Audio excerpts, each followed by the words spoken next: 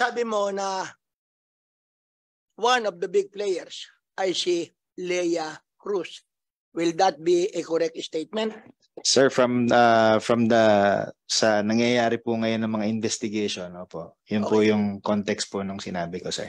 Just all kami lahat dito nagtataka po. Bakit ko to tinatanong? Ang sinasabi ninyo, hindi kayo importer, right? Pero, nung tinignan po namin ang GIS, kasama po dito sa kumpanya ninyo, ang isa sa pinakamalaking importer ng onion. Kaya kami po ay nagtataka.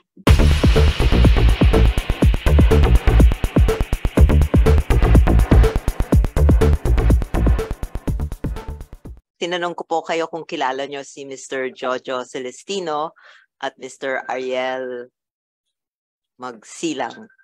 At sabi nyo, iharap ko po sila sa inyo at hindi nyo sila kilala. So nandyan na po si Mr. Jojo Celestino.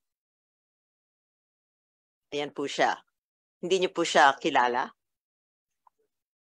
Your Honor, hindi ko po siya kilala. Hindi nyo po siya kilala.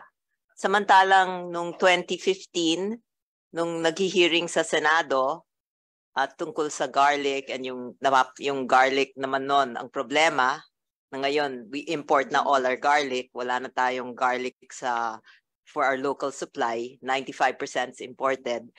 Kasama niyo po si Mr. Jojo Celestino na siya po kasama ni Mr. Ariel, mga ahente niyo na bumibili from the farmers. Nandun po siya sa mga minutes ng meeting. So, I will ask you again because you're under oath. Kilala niyo po ba si Mr. Jojo Celestino? Your Honor, wala po ako natatandaan na transaction ko po kay Mr. Celestino. So, hindi ko po talaga siya kakilala, Your Honor. So, Mr. Chair, I would like to request, I was not yet a congressman then, but in 2015, there was a hearing in the Senate and the records there will show that Mr. Jojo Celestino was there upon the invitation of Ms. Leia Cruz. Yes, but Honorable Ria, would you want to ask Mr. Celestino? Nandito na rin naman siya. No, because I have a feeling, Mr. Chair, they've spoken already and she's gonna deny and he'll deny. So I want the records to show. Sige, anyway. I think the records will speak for themselves. Yeah, but since they are all under oath, tatanong na rin po natin, Mr. Celestino, kakilala po ba ninyo si Miss Leia Cruz? Your Honor, hindi ko po siya kilala talaga. Ulitin ko po, under oath po kayo, ha? Opo. So, kakilala po ninyo o hindi? Hindi ko po kilala, Your Honor. Sige po, okay. So, paninindigan na po naman ninyo yan, ano? Opo. Nakakapagtaka po, Mr. Chair, dahil kilala po sila sa bungabong, si Mr. Jojo Celestino ay isang ahente na ginagamit ang pera ni Ms. Leia Cruz para bumili sa mga magsasaka. At merong mga magsasaka na magpapatunay, pati na rin po si ex-Mayor Alan Gamillan na nasa hearing din noong 2015 na naimbitahan si Mr. Jojo Celestino para suportahan si Ms. Leia Cruz na siya nga daw ay tumutulong sa magsasaka. In fact, si Mr. Jojo Celestino ay isa sa mga ahente niya. Kaya katakataka na ngayon hindi sila magkakilala. I'm sorry, Mr. Selective amnesia. No, nakakalungkot lang kasi may sandigan case po kayo ngayon, di ba, ma'am? At yung nangyari sa garlic industry na nangyari nung 2015, ngayon halos wala nang nagtatanim ng garlic. Namatay yung industriya. At kaya ito ngayon ay pinakikinggan natin yung sa onions dahil ayaw natin mangyari yung nangyari sa garlic sa ating onion industry. At like I said before, katakataka na pag may price spike, yung pangalan nyo ay parating kasama. At nandito na naman tayo. At I don't want 5 years from now, wala na rin tayong onion, tapos kayo na naman ang tinatanong. Kaya sana nag-executive session, dun sa sandigan case nyo, nasama yung ex-Secretary of Agriculture, yung nag-i-issue ng BP, yung Bureau of Plant Industry. I said nga, allegedly, you cannot exist without help from the inside. But you still say, you insist na hindi ka sangkot, na you're being maligned. But I have to say, I think I'm sorry, I think you're really lying. And I really hope, Mr. Chair, that we resolve this, because I really don't want the onion industry. Ang bungabong po kasi ang halos 99% of Region 3's onions are produced in Bungabon. Ang dami pong mga magsasaka na 3 years ago may nagpakamatay po dahil sa naluge. Naulit na naman this year. I mean, ilang magsasaka ang kailangan mamatay bago mahinto ang mga gantong klaseng pamamalakad. Kaya sana during the executive session, I was hoping, ma'am, that you would name names, but you still insist that you're the innocent victim. But Mr. Chair, I'm sure the Senate records will show that they know each other. They have a file copy of all the import permits issued by the BPI o wala? Meron po kami, Mr. Chair. And you can also furnish that to us. Yes, Mr. Chair. And the name of the consignees appears in the bureau in the import permit. Yes po, Mr. Chair. Okay. So itong mga nagkaroon ng misdeclaration na inyong pinailan ng kaso, binerify nyo ba sa BPI kung ito ay mayroong mga import permits?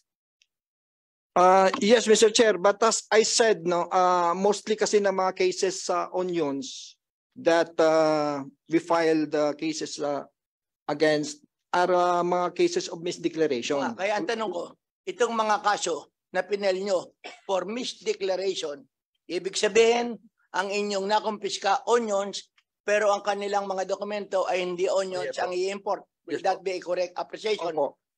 Ang tanong ko, itong pinalian nyo ng kaso ng misdeclaration, sila ba, based on your records, import permit, ay importer din ng sibuyas?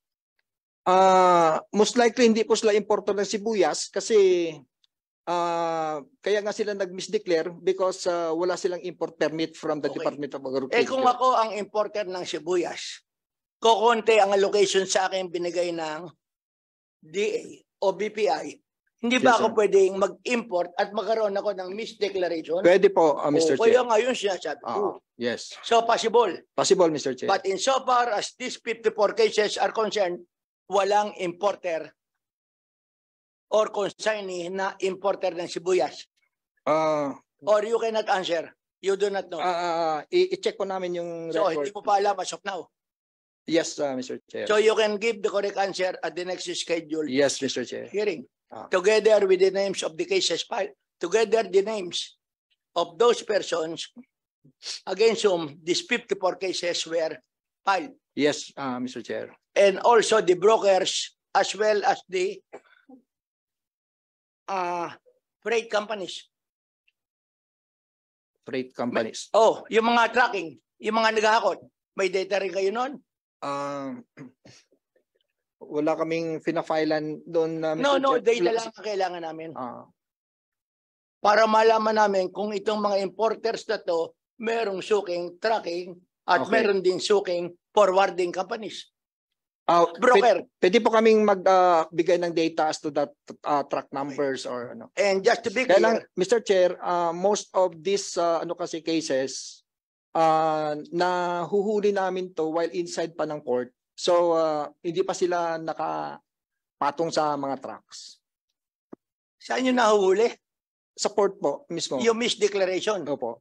Pero meron din kayong nahuhuli na nasa truck na based on newspaper accounts. Yes po, meron. O kaya nga, meron So, din. ang mga cases na yun, we can provide po yung mga trucks, tracking numbers at saka Yes. truck numbers. That is so far for customs. EI, Director Glenn. Bago pa kayo sa trabaho, no? Tama? As director po, ma'am. Bago lang po. But I've been with So, the ilang DTI. buwan po? As director po, Yes. I was designated po last August and then na-appoint lang po recently this January. BPI as a whole, how many months? Ako po ay hindi po, matagal na rin po ako. Almost mag 20 years na po ako. 20 years? From rank and file po. BPI. Apa. Oo. Alam niya. Ang tagal na pala. In which case, alam niyo ng kalakaran dito, tama? ano pong Alam na kalakaran? natin ang paano gumalaw ang mga industry players.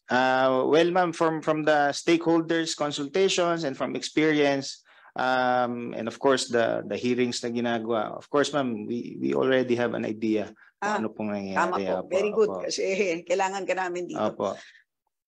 Dito po sa Aquino, Makalintalon, sino po dito yung sa tingin ninyo yung pinakamalaking player sa industriya ng sibuyas? Player po, ma'am, na ano pong ibig natin sabihin? Player in a sense na kaya niyang kumontrol o dumikta ng presyo sa merkado.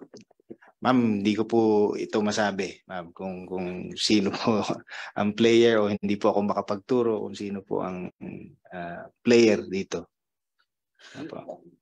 So sino po ang pinakamalaking business? Sino dito sa ating mga stakeholders ang tingin ninyo mayroong pinakamalaking business sa sibuyas? Pinakamalaking business, Oo. ma'am. Ma'am, I would not have an idea kung gaano po kalaki ang kanilang business. Director Glenn, 20 Opo. years na po kayo dyan. Opo.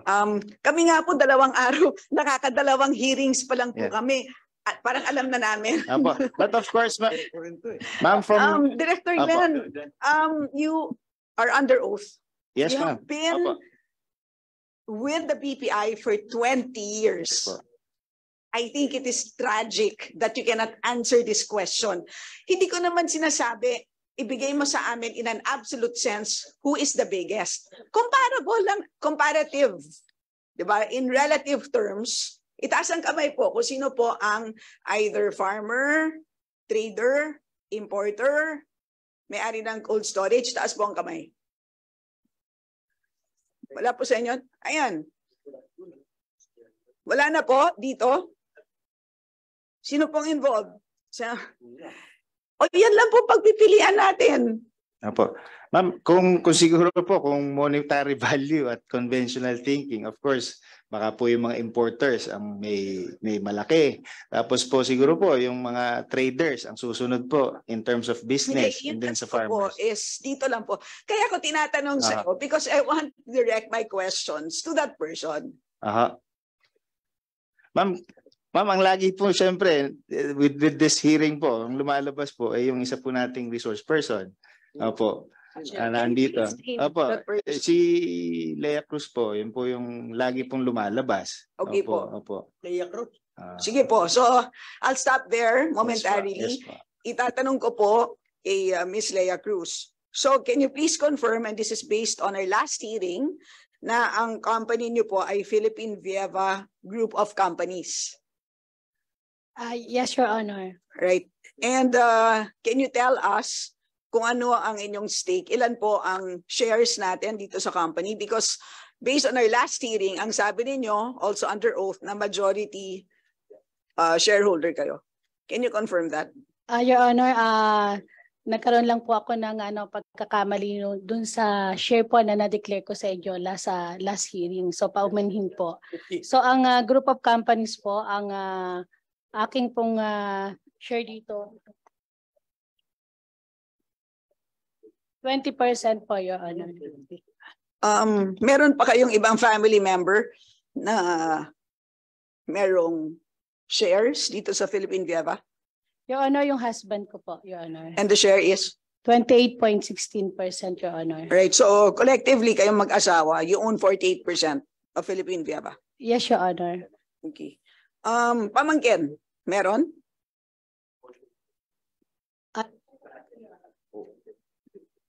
Ano pangalan ng group? Sandali lang po ha. Nasa akin kasi po ang GIS. Dali ha. Ayaw lumabas. Natakot. Sandali lang po.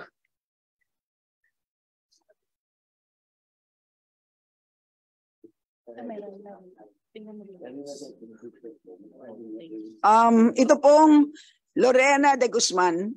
Are you related to Lorena de Guzman? Hindi po, Your Honor. Wala na po ito, Your Honor. Jackie Lu Ilagan? Hindi po, Your Honor. Rochelle Diaz?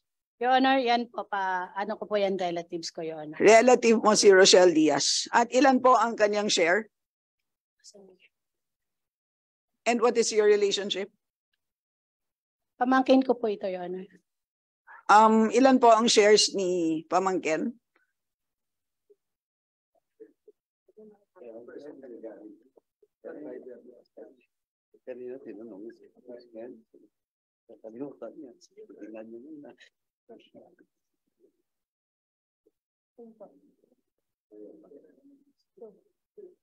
Your Honor, 2.96, Your Honor.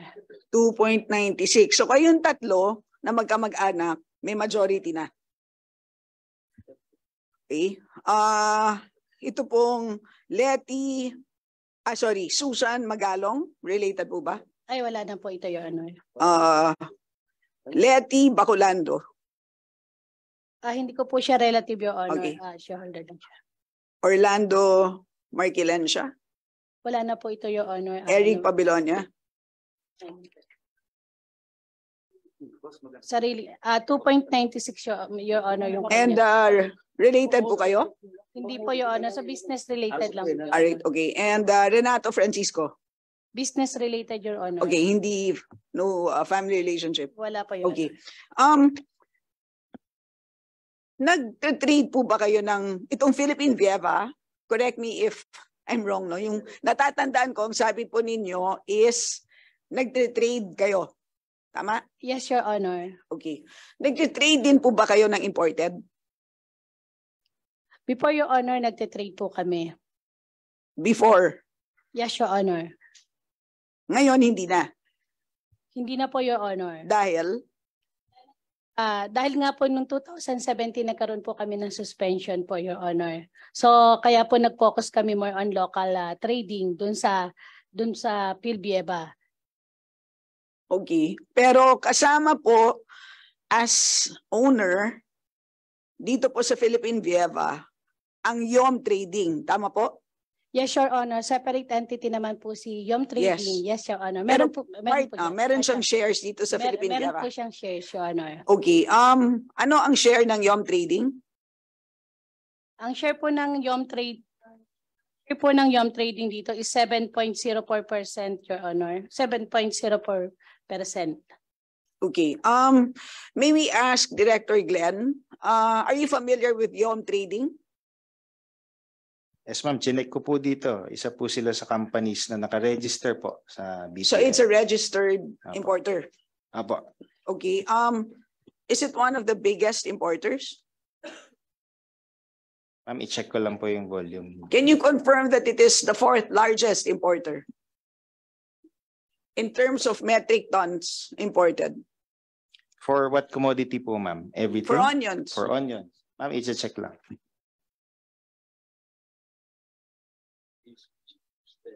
Siyempre, mo naman kami. Yan ang pinag-aralan namin sa kulit. Ma'am, from 2020 po, for red onions it is the top importer of red onions. And then for yellow, for red sa 2021 ay siya ay pang-anim. Okay, so it's relatively big. It's the biggest for red From onion. the volume po, from the volume. Yes, in po. terms of volume, it's the biggest for red and then it's a sixth for yellow. Hindi po. Sorry. 2020 po yung una kong binanggit kanina, and then sa 2021, yun naman po. Okay, so just want to put on record, Mr. Chair, na kapartner po ni Miss Lilia Cruz through sa Philippine Vieva, itong one of the biggest importers of onions. Pero ang statement po is PhilVieva does not engage in importing, no? That's your statement. Okay. Miss Director Glenn, are you? Chair, Ma'am Stella, can I just, maybe you can clarify. I didn't quite understand your last point. So you have a person who's part of a company, and in fact, this person is the fourth largest importer Yes. of onions. However, he's part of a company, and that company does not engage in importing. That is the statement of Miss Lilia Cruz. That's why let me get to my next point, but we will get back to that. I just wanted to. Yes, but that also It- is it is how that I is the understood. question. Okay. I think that is all. Kami lahat dito nagtataka po. Bakit ko to tinatanong? Ang sinasabi ninyo, hindi kayo importer, right? Pero, nung tinignan po namin ang GIS, kasama po dito sa kumpanya ninyo, ang isa sa pinakamalaking importer ng onion. Kaya kami po ay nagtataka. Okay? Sige, bago nyo ipaliwanag yan, Director Glenn, since matagal na po kayo sa DA, are you aware of an Office of the Secretary of DA letter dated 25 August 2017, subject suspension of accreditation as garlic importers? At dito po, nakalista po, number 1, Leia Cruz, labeled as Player A, at kasama po, affiliated garlic importer, kasama po dyan itong Yom Trading. In other words, ang sinasabi po dito is ginagamit po ang Yom Trading sa pag-angkat ng garlic. Okay, syempre iba to onion. Pero hindi kaya na kapag ginawa mo na for garlic, ay hindi kaya gagawin din natin for onion. So yun po ang hindi nyo na kailangan sagutin, pero yun po ang nasa utak namin lahat dito na parang hindi ka nag-i-import. Pero ang kasama mo sa iyong kumpanya ay nag-i-import, and at the same time, pagdating sa bawang, 2017 pa lang, na-note na ng DA na ginagamit ninyo ang kanyang pag-angkat ng garlic. Okay? So, nakakalungkot po dahil katulad na sinabi ni Kong Ria, ay parang paulit-ulit na lang po yung mga inconsistencies at lies na naririnig po namin. Kaya po nahihirapan po kami dito. Si Manong PD nga since 2014 pa di ba? Tinitingnan na ito. Anyway, nawala tuloy ako. But let me ask this question. No? Since kayo rin po ang, or maybe I'll ask this question kay Director Glenn. Director Glenn, can you confirm that on November 17, you had the stakeholder consultation? Can you confirm that, Director? May check lang po namin yung date. Yeah, so we have the minutes. It was submitted to us. Apo. So anyway, we have the Yeah, documents. So apo, yes, apo. all right. And part of the minutes is a statement that you made where you said that some of the traders are hoarding the stocks, which results to the shortage of stocks for the local markets and consumers, right? So kayo mismo ay naniniwala na merong hoarding na nagaganap. Okay, so ang tanong ko is, bakit ginagawa kung nagaganap ang hoarding, tama po ba na meron ding magaganap na price manipulation? Ma'am, thank you po. During the various stakeholders consultations, ma'am, marami na po kaming naririnig, especially from the farmers. Sila naman po siguro magpapatunay din dito na may ganun nangyayari. It's either nagsasmuggle, nag-hoard. Kaya po kami, ma'am, sa Bureau of Plant Industry, of course, is our duty mainly for sanitary and phytosanitary reasons to do our due diligence, to work with the customs and Ma'am, pero sa price bang nagmamanipula ng price? Ibig sabihin, may kumokontrol ba ng presyo? Ibig sabihin, hindi pinapayagan yung supply and demand na dumikta sa presyo, kundi sila na lang ang magdidikta ng presyo.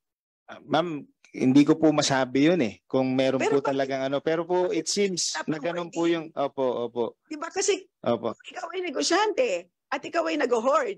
Bakit mo gusto mag-hoard?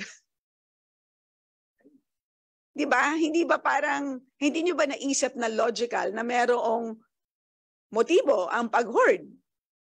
Tama? Yes po, ma'am. It seems ganun po ang nangyayari kaya po hino-hoard. Opo. Bigla ka na lang mag-hoard at ipagkakait mo sibuyas sa kanila. Ay ibig sabihin, kailangan mo talagang kumita. Tama? Yes po. Ma'am, ang Okay, so yes ang po. tanong lang next is, sa tingin mo ba ay paano nangyayari ang pagmanipula ng presyo? May nag-uusap-usap ba dito? Ma'am, yun nga po yung binabanggit ko kanina, yung siguro dahil nga na rin po sa inputs po ng ating mga stakeholders, especially the farmers, na year in, year out na lang po.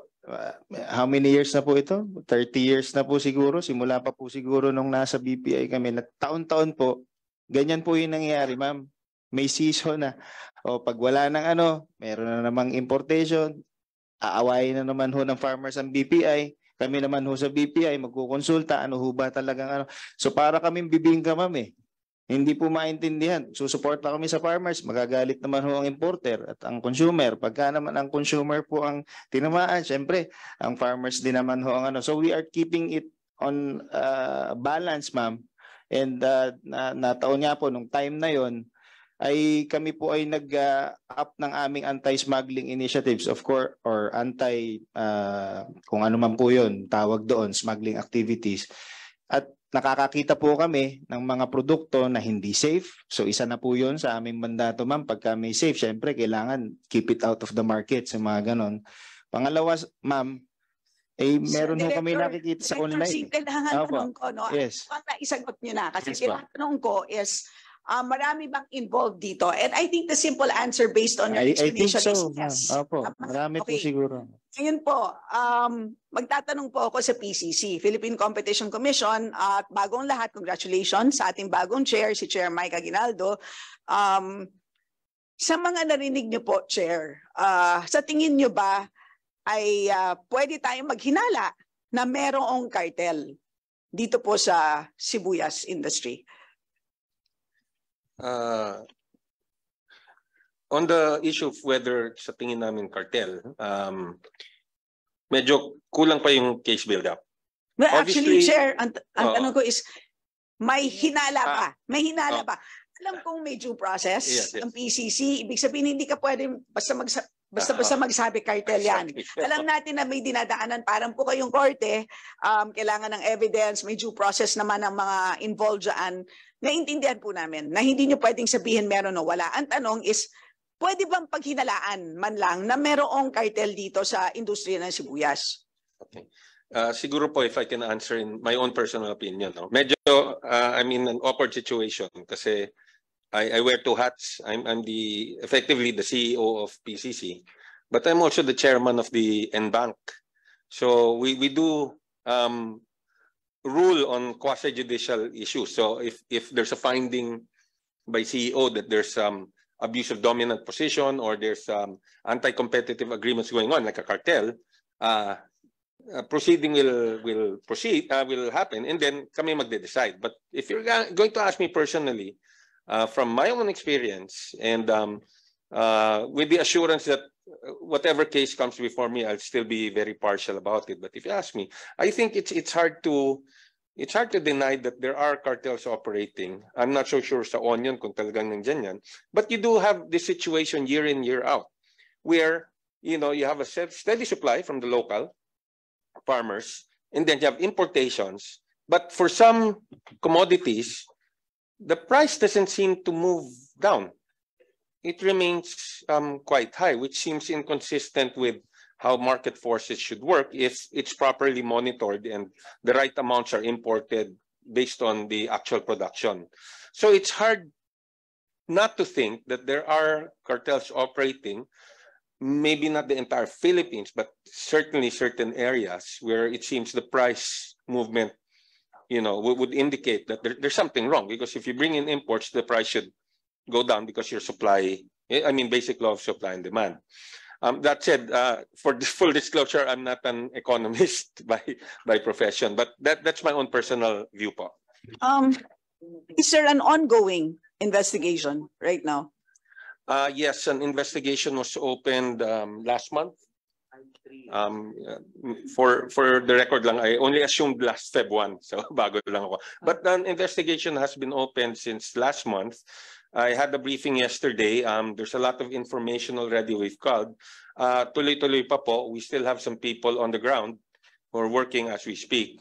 So the thing here, of course, is you have several markets. Of course, so we're focusing on some of the bigger ones. because just because they're the bigger ones. But meron po, it's ongoing po. Okay, maybe the best person to talk to is the head of the enforcement office. But before I ask the head,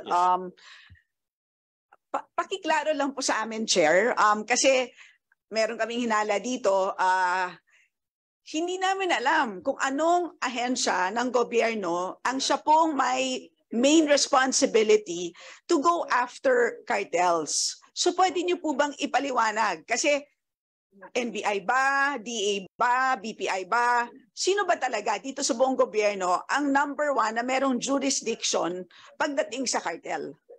Well, insofar as the administrative and civil aspects, ang Philippine Competition Commission has that responsibility because one of the mandates is to go after anti-competitive agreements, and I think a cartel would constitute an anti-competitive agreement. All right, so salamat. So klaro na ang PCC ang may jurisdiction dito sa cartels. So my question, Mr. Chair, is for the head of the enforcement. Could you kindly identify yourself, sir? Good afternoon, Chair, members of the panel. I am Attorney Christian De Los Santos, Acting Director of the Enforcement Office. Yes, so how long have you been looking into this industry?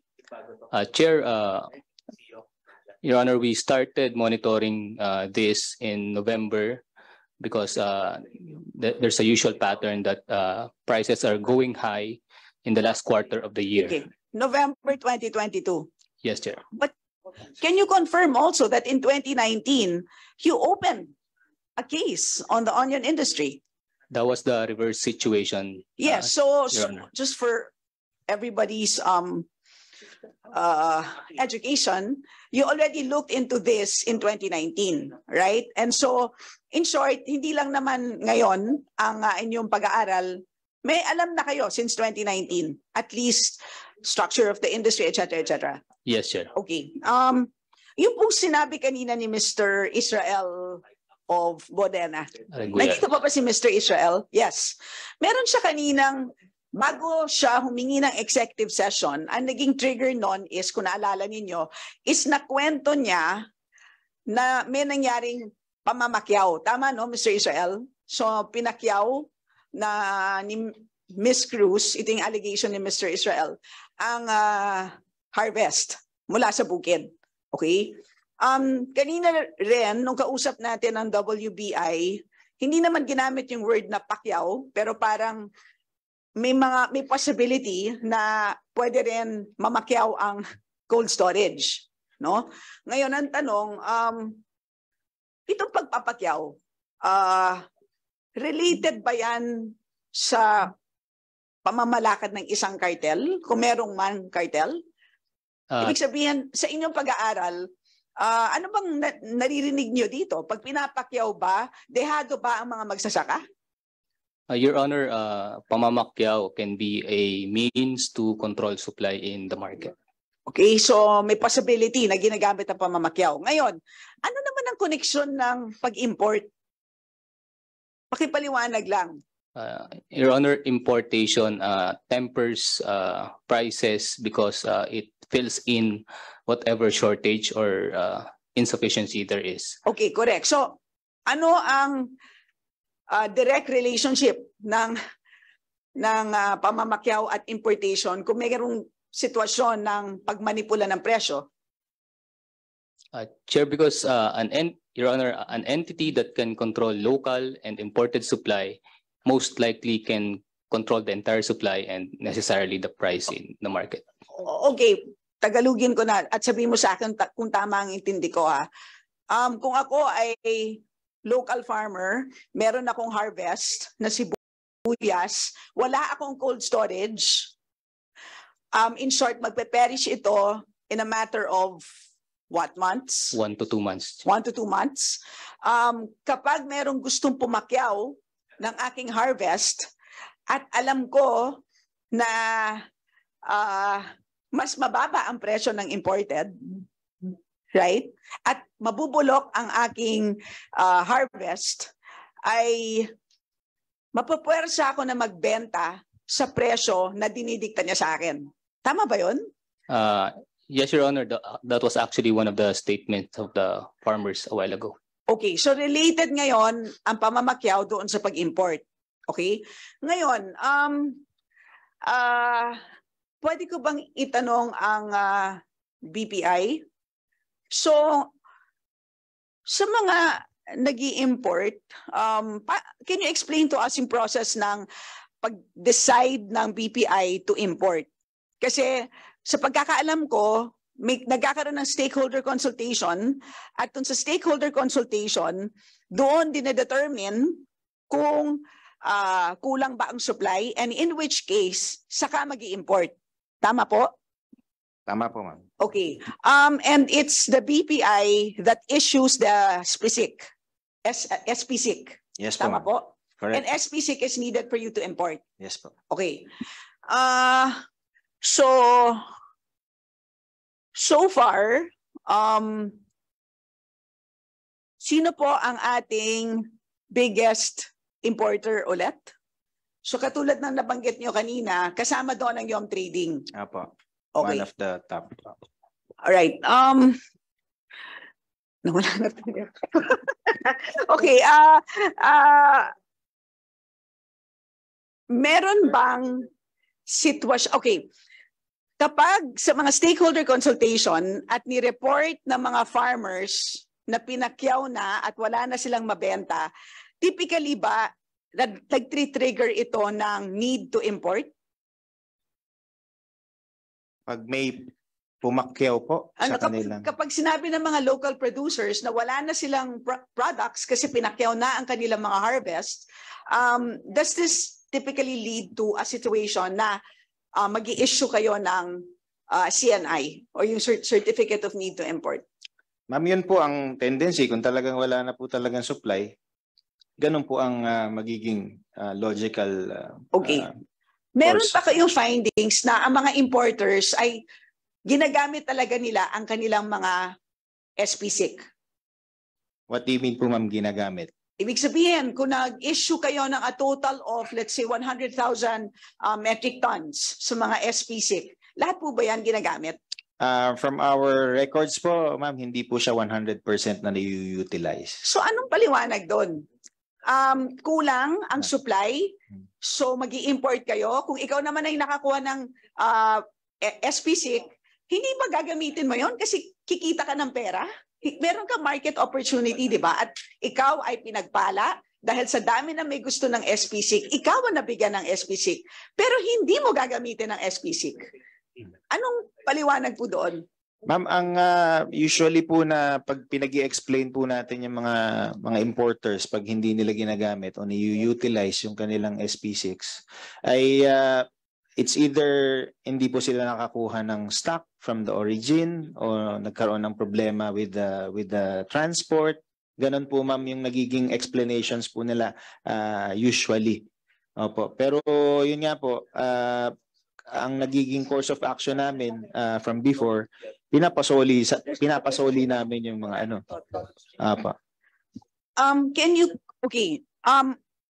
Siguro valid yon na posibleng explanation, pero dito po sa inyong minutes ng inyong stakeholder consultation, isang official na rin from BPI, Mr. Exconde, tama po ba na meron kayong officer na Mr. Exconde ang pangalan? Correct po. Okay, ang sabi niya, SPSIC can be used as a pretext by smugglers to hide their illegal goods, which will lead to an oversupply. Okay. Sinabi niya, nandito po ito sa minutes ninyo.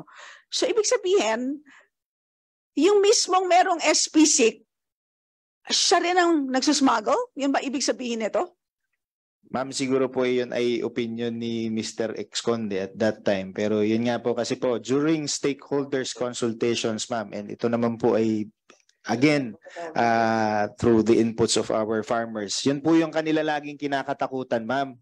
Pagka daw po malapit na ang harvest o kung meron pa silang volume of production, kapag kami ay nag-issue ng SPSIC at yun nga, meron pang volume, it tends to drive or depress the prices. So, sige po. So, salamat po. So, lumalabas ngayon is ang importer, ang pwedeng siya mismo ang namamakyaw, right? Dahil yung importer yung merong market power para papakyaw niya ang harvest at a low price. And at the same time, pwede rin na yung importer mismo ang siyang nagsasmuggle, in which case, parami ng parami, ang supply ng importer, it's actually possible na ma-corner ng mga importer, right, ang karamihan ng supply ng onion. So, Mr. Christian ng PCC, ito po ba ay posibleng paliwanag kung paano ang kalakaran ng isang cartel? Yes, Your Honor, that can be a possible scenario. Okay, so I'll probably end there so that si Miss but before I end, pwede po ba naming Mr. Chair ipatawag si Mr. Exconde ng DA, and at the same time kung ang PCC ay meron ba kayong report na pwede naming basahin at this point, or kung meron ba kayong pwedeng i-share sa isang executive session, please let us know. So, but I'll end here muna to yield to my colleagues. Can I continue, Mr. Chairman?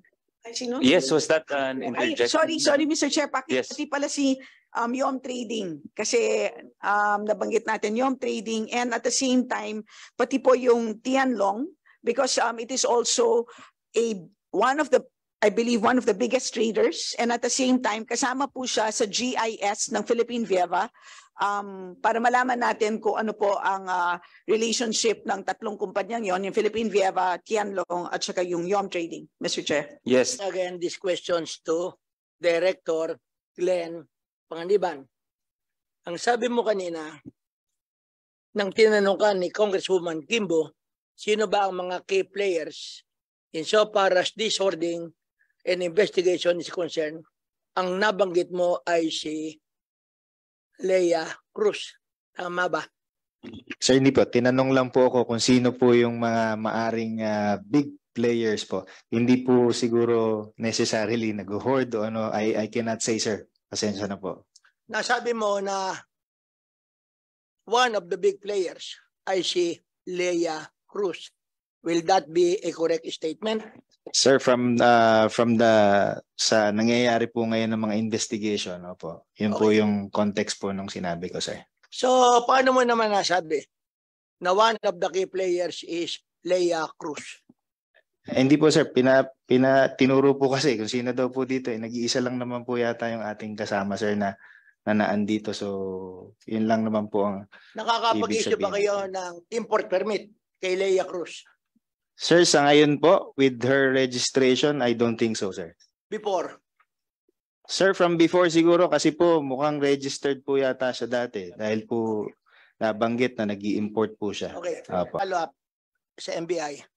Meron na ba kayong naanyayahan kahit isang tao man lamang tungkol sa issue ng smuggling at hoarding ng onions? O wala pa? We are still in the process of inviting resource persons. As far as I know, as of this period, You are already in the process of inviting. yes. As of now, alam niyo ba kung sino yung mga tao which right now you are in the process of investigating? O wala pa rin? Meron na po yung iba, sir. Meron po. Oh, how long will it take before they could be investigated by the NBI? 24 hours notice, nagagawa natin yan. When?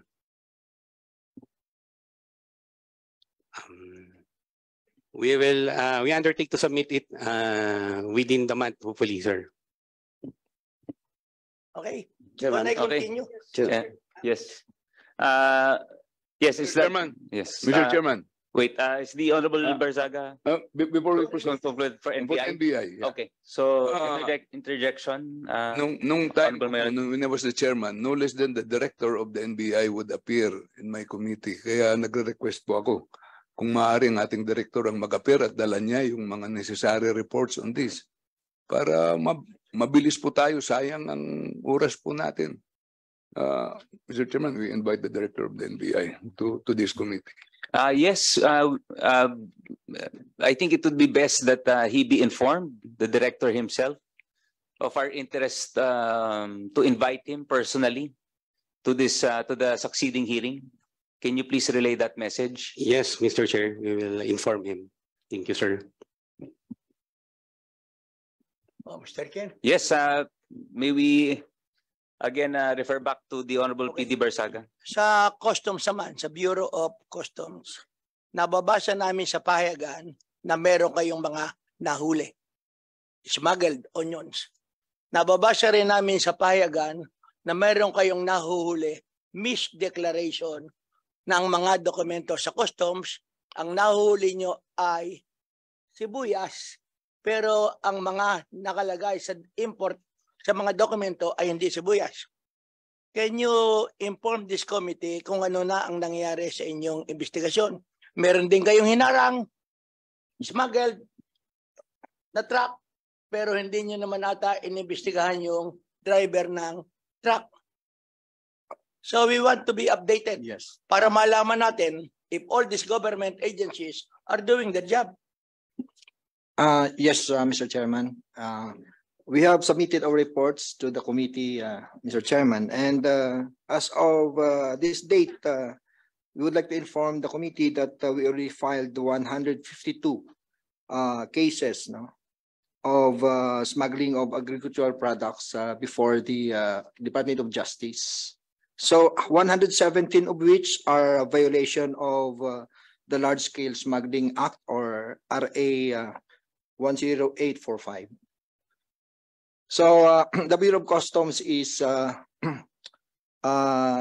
doing our job, Mr. Chairman, of protecting our borders against entry of illegal goods, and the apprehensions are the evidence that we are doing our best, Mr. Chairman, to protect our local farmers from the entry of these illegal agricultural goods, Mr. Chairman. Sa onions, bali sa inyong report, you have filed, number of cases filed is 64 or 84? Sa onions.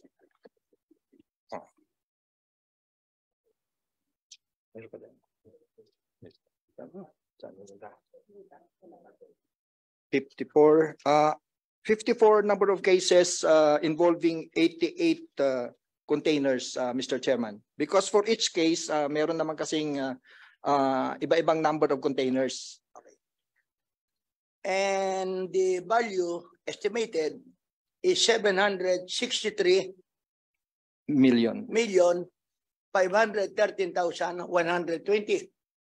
Yes, Your Honor. And would you be at liberty to disclose to us who are the personalities against whom these cases were filed?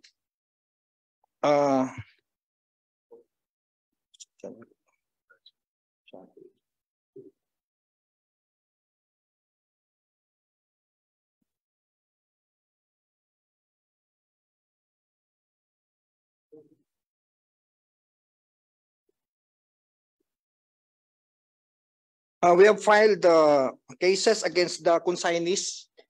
So most of the consignees are corporations, trading companies. So we filed cases against the brokers also, and the officers of those companies. Can you name names in order that we could be enlightened? Sino ang pinakamalaki na napailan nyo ng kaso? I don't have the names as of now, Mr. Chair, and we commit to submit the list of the names, Mr. Chair.